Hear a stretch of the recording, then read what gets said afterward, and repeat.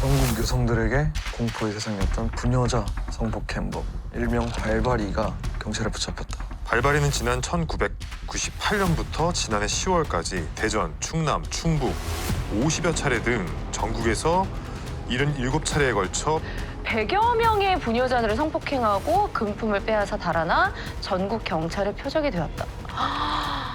100여 명? 8년 가까이 전국 각지에서 벌어진 연쇄 성폭행 사건이었어. 아까 국내 연쇄 강력 범죄 중 가장 많은 피해자를 낳은 사건이라고 했잖아. 놀라지 마. 알려진 피해자만 무려 184명. 이 연쇄 사건이 처음 알려진 건 1999년이었어. 대전의 한 빌라에서 혼자 살던 20대 여성이 괴한으로부터 성폭행을 당한 사건이 발생한 거야. 가스 검침원으로 위장해서 집에 들어온 괴한은 갑자기 돌변해서 흉기로 피해자를 위협했어. 그리곤 피해자를 결박한 뒤 성폭행했지. 괴한은 집에 있던 현금까지 챙기고 유유히 사라졌다는 거야. 그런데 그 뒤에도 대전 원룸촌 일대에서 같은 범인의 범행으로 추정되는 성폭행 사건이 계속 벌어지기 시작했어. 이 수많은 사건을 왜 동일범의 소행으로 봤을까? 범행 수법이 같았거든. 범행은 주로 피해자들이 자고 있는 이른 새벽 시간대에 발생을 했어. 네네. 범인은 가스 검침원 행세를 하거나 가스 배관을 타고 올라가 창문을 통해 들어왔어. 그리곤 피해자들에게 칼을 들이밀며 위협했다고 해. 그리고 이뿐만이 아니야. 범인만의 아주 특이한 수법이 하나 있었어. 바로 이렇게. 이걸로 피해자를 결박을 했다는 거야. 그렇게 했구나. 그런데 꼭 피해자의 집에 있던 수건을 쓰더라는 거야.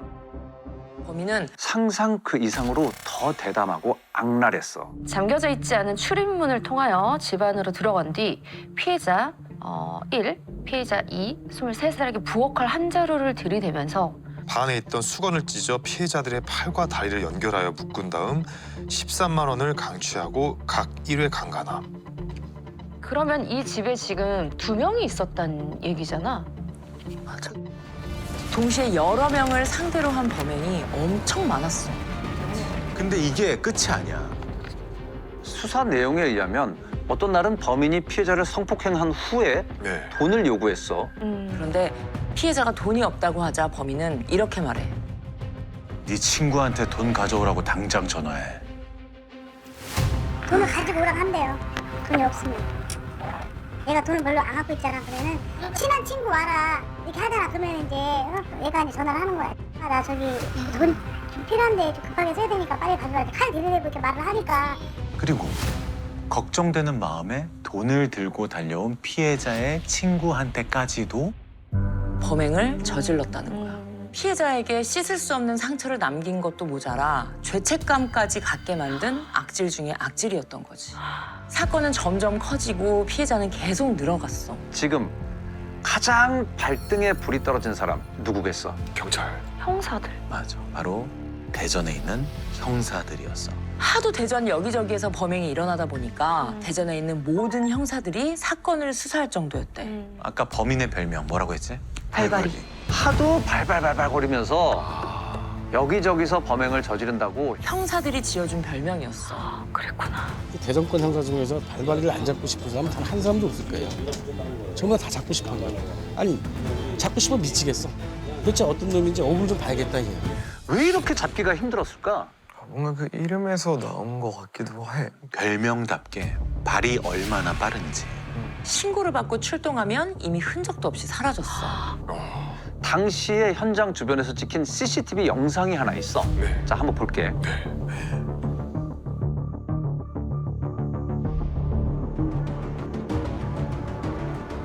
이거 보고 지금 누군지 알 수 있겠어? 그냥 행인 일인데. 그냥 남자네. 화질도 이렇게 안 좋은데 당시엔 CCTV 자체도 별로 없던 맞아. 데라. 이걸로는 동선을 추적하기도 힘들었대. 자, 그럼 다른 방법은 없었을까? 무언가가 남아있지 않았을 뭐 지문. 지문을 생각해 볼 수 있어. 네. 그런데 이 범인은 항상 장갑을 끼고 다녀서 현장엔 지문도 남아있지 않았어. 와, 치밀하지. 아주 철두철미한 놈이야. 그렇다 보니까 범인을 직접 본 피해자들의 진술이 아주 중요해. 나이는 한 40대? 키가 엄청 작고요. 몸이 좀 왜소했어요. 그런데 어떤 피해자들은 이렇게 말하기도 했어. 체격이 엄청 좋았어요.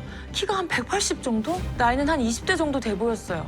어때? 왜 다르지? 너무 차이가 심한데요. 너무 다른데? 범인 한 사람의 외모에 대한 피해자들의 기억이 다 다 다른 거야. 그렇지. 아까 성범죄 피해자는 트라우마가 아주 심하다고 했잖아. 그렇지. 그 충격이 너무 커서 그 순간을 정확하게 기억하지 못하는 경우가 많대. 자, 일단 외모에 대해서는 피해자들의 진술이 다 달랐지만 네. 공통적으로 언급된 특징이 하나 있었어. 뭐 몸에서 좀 냄새가 났다는데 이게 무슨 겨드랑이 싸는 뭐 그런 냄새들이 좀 났다고 해요. 처음에는 몸에서 악취가 난다고 냄새가 많이 난다, 땀 냄새가 많이 난다. 아, 냄새. 냄새. 피해자들이 전부 하는 말이 범인의 몸에서 냄새가 그렇게 많이 났다는 거야. 발바리를 잡으려고 형사들이 대전 곳곳을 계속 뛰어다니고 있던 어느 날 아무도 예상치 못한 일이 벌어져. 한 달에 한 번꼴로 터지던 사건이 갑자기 뚝 끊긴 거야. 자, 한 달이 지나고 두 달이 지나도 조용해. 끝난 줄 알았던 연쇄 성폭행 사건이 4개월 만에 4개월 만에 다시 발생을 하기 시작했어. 그런데 이전과는 뭔가 달라. 뭐가 달랐을까?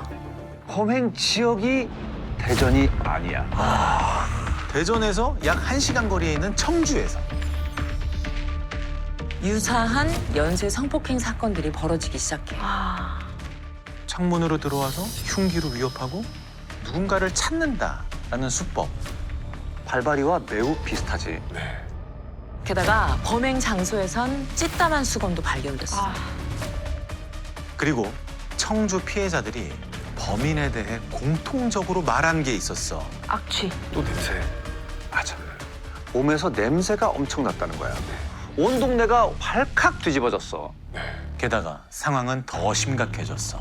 발바리가 자신이 성폭행한 피해자를 다시 찾아가서 또 범행을 저지르기까지 한 거야. 오, 소름이.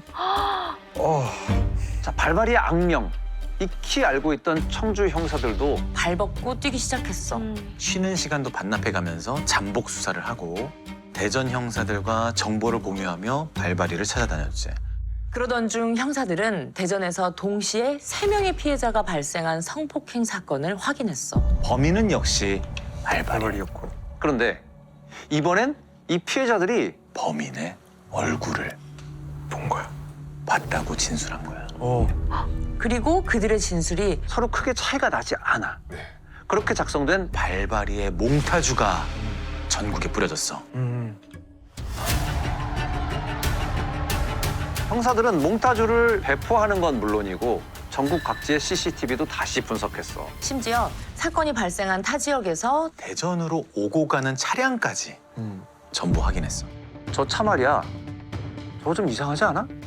광주 논산 양쪽에 모두 찍힌 차량은 총 10대가량이었거든. 그런데 그중 스포츠카 한 대가 과속을 하더래. 그냥 넘어갈 수도 있는 거였는데. 하지만 형사들은 혹시 모를 0.1%의 가능성도 놓치고 싶지 않았던 거야. 형사들은 바로 이 차량의 소유자를 확인했어. 네, 계십니까? 그러자 이내 문이 열리고 한 남자가 얼굴을 드러내. 40대 중반 정도로 보이는 남자. 동네 아저씨 같은 평범한 인상인데 키는 160에서 165? 왜소했어. 피해자들이 공통적으로 말했던 특징. 냄새가 난다. 그렇지, 냄새 난다고 했어. 이 남자한테 딱히 불쾌한 냄새가 나진 않아. 네. 그래서 형사들은 이 남자의 반응을 떠보려고 이렇게 말을 했대. 아, 예, 저 경찰서에서 나왔습니다. 며칠 전에 이 앞에서 폭행 사건이 일어났는데 몇 가지만 여쭤볼 수 있을까요? 밥을 먹다가 나온 이 남자는 입에 밥을 잔뜩 물고 이렇게 말했어. 아, 예, 제가 저 양말만 신고 바로 나올게요. 조금 수상한데요. 그런데 양말만 신고 바로 나오겠다는 이 남자가 나오질 않아. 예, 잠깐만요 하고 다시 들어갔어요. 금방 나온다고. 기다려도 안 나와서 저희들이 이제 문을 따고 들어갔더니 이번엔 웬 여자가 한 명 있어. 같이 사는 여자친구? 아내? 맞아. 아까 그 남자의 아내라는 거야. 그런데 집안 어디에서도 남자가 보이지 않아. 형사들이 다급히 그 부인한테 물었어. 지금 여기 같이 계시던 남편 어디 있습니까? 손으로 창문을 가리켰어. 타고 나갔어. 남자가 저 창문을 통해 도망간 거야. 어. 그 순간 그 순간 형사들은 깨달았어. 이놈이다. 찾았다. 형사들은 곧바로 집에 있던 남자의 칫솔과 수저를 챙겼어. 그동안 현장에서 나온 DNA와 일치하면 이놈이 범인인 게 확실하니까요. 그렇지. 대조를 해보면 되는 거야. 자, 그렇다면 결과 어땠을까? 99점 99.9% 일치. 이름 이중구, 나이 45세, 직업은 무직. 그 몽타주. 몽타주랑 비슷하다. 8년 가까이 쫓았던 발바리의 신원이 드디어 밝혀졌어. 이중구 씨한테 연락이 오거나 어디 갈 만한 데가 떠오르시면 저한테 얘기해 주셔야 돼요. 더 이상 피해는 없어야죠. 며칠간의 설득 끝에 아내가 이렇게 얘기해. 저희 남편 서울로 갔을 수도 있어요. 아마 천호동 아니면 청량리 쪽일 거예요. 어릴 때 그쪽에 있는 중국집에서 배달을 했다고 그랬거든요. 자, 형사들은 곧장 서울로 올라가서 천호동과 청량리 일대를 샅샅이 뒤졌어. 어느새 이중구가 도주한 지도 9일이 지나가. 그때 갑자기. 형사님, 그때 협조 요청하셨던 거 있죠? 그 사람 지금 게임 들어왔습니다. 게임 회사에서 연락이 온 거야. 지인 명의로 개설된 아이디가 방금 막 접속했다고. 접속한 IP 주소의 위치를 조회해보니 천호동이야. 맞네. 천호동 일대를 수사하던 팀이 얼른 내비게이션에 해당 주소를 입력했지. PC방에 나올 것 같은데요. 게임방, PC방. 그 PC방까지 안내된 예상 도착 시간은 2분 뒤. 바로 코앞이었어? 또 도망쳐버리기 전에 이번엔 기필코 잡아야 돼.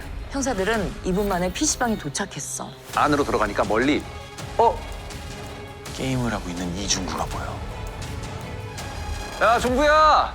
잘 있었어? 우리 다 알고 왔다. 형사들과 눈이 마주친 이중구. 어떻게 했을 것 같아? 발이 빠르다고 하니까 도망치려 했을 것 같아. 죄송합니다. 형사들을 본 순간 이중구는 깨달았던 거야. 이 게임을 이 게임을 끝내야 한다. 연쇄 성폭행범 이중구가 드디어 검거됐어.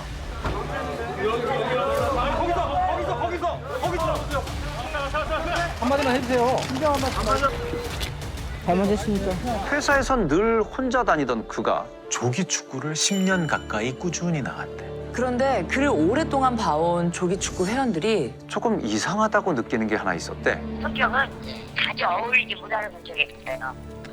근데 축구는 참 잘했어요. 같이 잘 어울리다가도 꼭 저녁 때 되면 노는 날 때도 자기 일하러 와야 되는데 어디 가야 된다고 그러면서 그때 저녁에는 안 어울려요. 축구가 끝나면 그는 집으로 가지 않았어. 네. 대신 밤새 돌아다니면서 피해자를 물색했지. 피해자들이 한결같이 말한 범인에게서 풍긴 고약한 냄새. 땀 냄새. 축구를 하고 씻질 않은 거네요. 8년 가까이 범행을 저지른 이중구는 경찰의 수사망을 피하기 위해 부단히 노력했어. 아까 말했던 이중구의 범행 도구 기억나? 아, 수건. 수건으로. 그렇지. 항상 피해자의 집에 있던 수건을 이용해서 결박을 했다고 했잖아. 그 이유는 뭐였을까? 그냥 자기 흔적 최대한 안 남기려고. 불신 검문을 피하기 위해서. 자기에게 증거가 있으면 잡히니까. 맞아. 형사들이 대전 곳곳에서 매일같이 잠복도 하고 불심 검문을 했잖아. 그럴 때 혹시라도 수상한 물건을 가지고 있으면 그렇죠. 의심을 받을 수 있으니까. 범행 도구를 들고 다니지 않았대. 주문. 피고인에 대한 형을 무기징역으로 정한다.